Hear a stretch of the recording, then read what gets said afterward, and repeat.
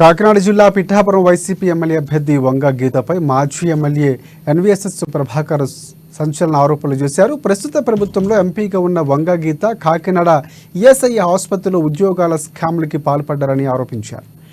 ఒక్కొక్కరి దగ్గర నుంచి 10 లక్షల రూపాయలు తీసుకుని ఉద్యోగాలు వేయించారని వర్మ ఆరోపించారు. ఎన్నికల కోడ్ అమల్లో ఉండగా ఉద్యోగాలు ఏ విధంగా వేస్తారని ప్రశ్నించారు. ఈఎస్ఐసికి సంబంధించి హాస్పిటల్లో ఉద్యోగాల స్కీమ్ కోట్ల రూపాయలు ఉందని, సుమారుగా 30 మంది దగ్గర 10 నుంచి 15 లక్షల రూపాయలు ఎంపీ వంగ గీత కలెక్ట్ చేశారని అన్నారు వర్మ.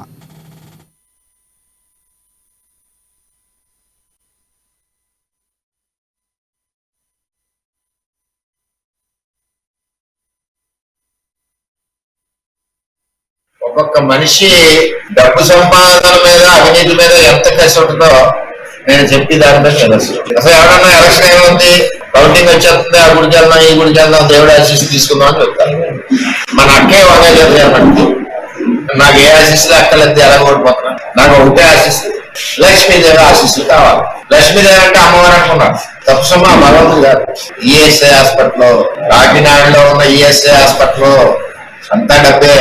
త్వరగా రండి, 10 లక్షలు ఇవ్వండి, తాత్కాలిక ఉద్యోగం తీసుకోండి, 20,000. నేను ఈఎస్ఐ యాజమాన్యాన్ని అడుగుతున్నాను, డైరెక్టర్ గారిని. ఎలక్షన్ కమిషన్ అండర్ లో ఉండగా మీరు రిక్రూట్మెంట్ ఎలా చేస్తారని నేను అడుగుతా ఉన్నాను. ఎట్టి పరిస్థితుల్లో ఈఎస్ఐ హాస్పిటల్లో జరిగిన రిక్రూట్మెంట్ పూర్తయింది. స్కామ్ కోట్ల రూపాయల్లో ఉందని చెప్పి నేను చెప్తా ఉన్నా. మా దగ్గర పోటీ చేసిన వైఎస్ఆర్సీపీ అభ్యర్థి, ఆపద్ధర్మ ప్రభుత్వంలో ఉన్న ఎంపీ అభ్యర్థి వంగ గీత అక్కయ్య గారు ఈ కార్యక్రమంలో ఉన్నారు. ఇప్పటికే దగ్గర 25-30 మంది దగ్గర మనిషి దగ్గర 10 నుంచి మినిమం 15-20 లక్షలు ఆవిడ కలెక్ట్ చేశారు.